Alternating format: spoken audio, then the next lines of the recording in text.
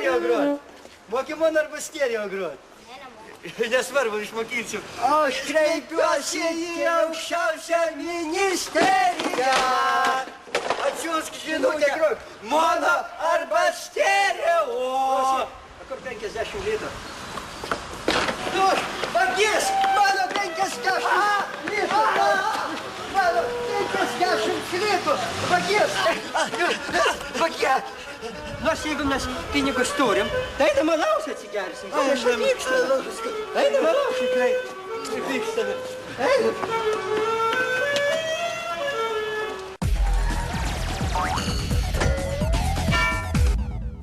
Sveiki sugrįžę po savo stogu. Dabar tradicinė laidos rubrika Žiūrovų laiškai. Tikrai taip. Va, ištikimas mūsų žiūrovas Algirdas iš Antakalnio rajono Turniškių pašto rašo. Žiema persirito į antrąją pusę. Pupsi pilvūzas. Trūksta vitaminų ir suprantamai suprastėjo mano sveikata. Bėdavojasi mūsų raudonžandis. Skauda galva, atsinaujino hemorojus, atvirauja vyriškis. Todėl dažnai tenka bendrauti su gydytojas ir kitų medicinos personalu.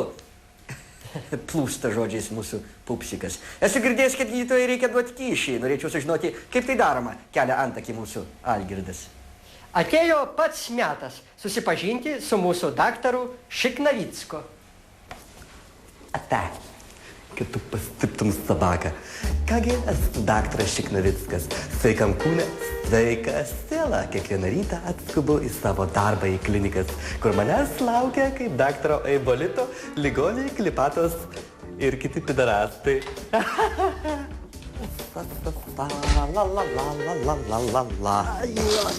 Na, labas rytas, ligonis. Sveiki, daktarė. Kaip sekasi, kokiais liekas raitomės? Skauda dešinę pusę. Apendicitas. Parodykit dešinę pusės. Ai! Atsiprašau. Pabučiuokit ranką. Žinot, ponas, apendicitas yra toks dalykas, kuris pats niekada neišsigydo, teks daryti operaciją. Yes. Bet koks jis ligotas žmogus, kiek čia prirašyta pas jumis visko. Skizofrenija. Pasiutlygė. Nepatinka man jūsų ligos istorija. Nu, daktaras. Kas dar?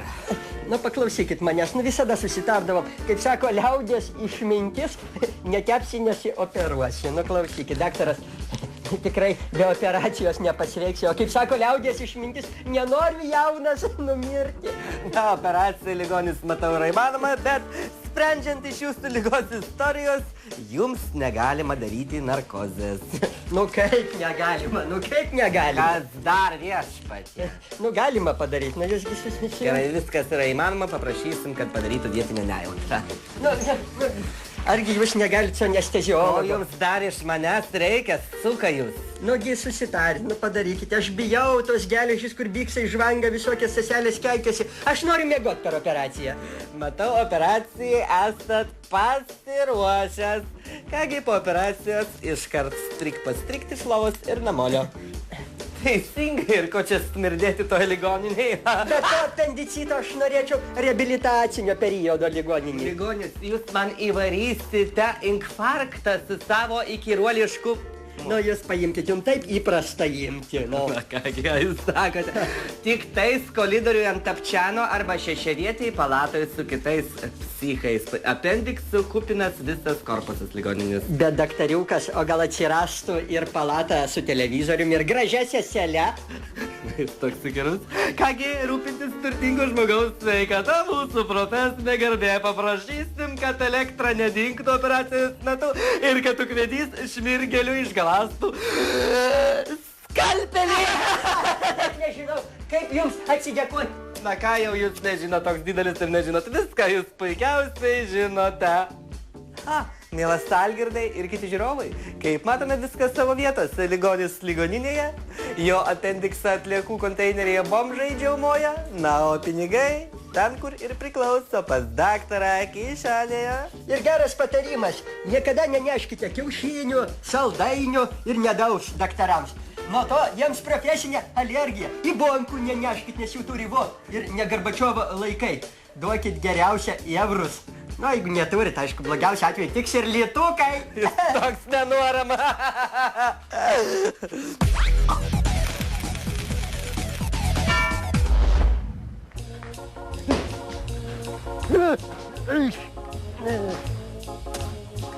Kurva.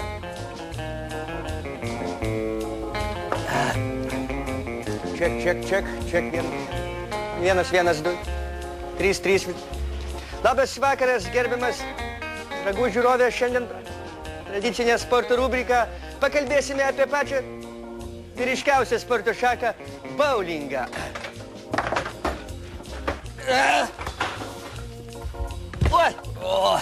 Ir kodėl jinai yra pati vyriškiausia, paklausite jūs. Atsakysiu į šitą naivų klausimą. Todėl, kad tai vienintelė sporto rūšis, kur jūs galit legaliai gerti alų visą vakarą. Ir sakydamas savo žmonai, einu į treniruotę, jūs nemeluojate nei savo, nei savo bobai. Kągi, ir jeigu grįžtate pusę 5 ryto visiškai girtas, niekas neturi teisės jums priekaištauti. Čia užimta. Laisva. Ateis dar bachuriukai. Ką dar reikia žinoti ruošiantis į bowlingą? Reikės švarių kojinių. Mat, jūsų batus iš jūsų atims ir lieps užsimauti neaiškios kilmės šlykščius baltarusiškus dvispalvius, smirdančius kito žmogaus kanopų prakaitų batus kaip pas klauną, kaip pas saulėtą klauną Olegą Popovą. Mat, reikia net kreipti aplinkinių dėmesio savo specifinių kojinių kvapu ar tipinėmis skylėmis ties kulnais ir pirštų galeliais. Toliau! Neatsiejamas bowlingo atributas yra kamuolėlis su skylėm. Į tas skylės galima įkišti įvairiausių daiktų kaip nuorūgą ar panaudotą sargį. Tačiau jos skirtos jūsų pirštams. Todėl rinktis reikėtų kaip vestuvinį žiedą. Kaip kad mamos perka ant išaugimo savo vaikams batus arba kalgotkės. Ai! Aš jūsų prašiau nemėtyti, kai aš darau reportažą. Aš prašiau nemėtyti, kai aš reportažą darau. Kas nepatinka? Žinokitės, kad nuo alaus pampimo šiltoj patalpoje jūsų kūno apimtis didės. Todėl jūsų pirštukai gali tiesiog įstrigti bowlingo kamuolėlyje ir tada jūs teks arba nupjauti, arba pjauti patį bowlingo kamuolėlį, ko jums aiškiai neleis padaryti klubo savininkas. Todėl jums teks visą gyvenimą vaikščioti kaip beždžioniai su bowlingo kamuolėliu sloinikų rankoje. Tačiau pažiūrėkime į šviesią šio reikalo pusę. Prigėręs daug alaus, jūsų organizmas žarnyne pradės pūstis ir pripūs daug urano, butano, propano dujų, kurių vienu lengvu driokstelėjimus galėsite išstumti gerą bumbulą į bevardžius baltus bowlingo kareivėlius. 3 taškai, panas Badulį. Kągi, būkite atsargus, nes tokie bumbulo stumdymai gali peraugti į liguistą rafinuoto bowlingo įprotį. Prašom, atkreipdėmėsi kaip... O tai bent pirstelėjau. Atsargiai. Nedegam cigarečių, niekas atsargiai pasivedina tegu. Gulkitės.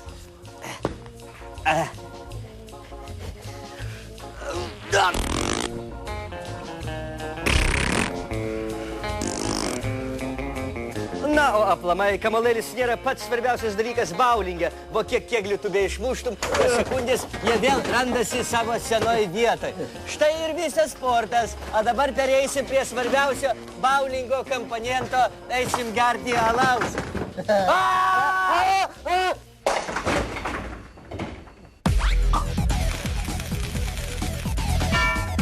Ulialia, laiškeliai, štai mums rašo mūsų žiūrovas Valdemaras.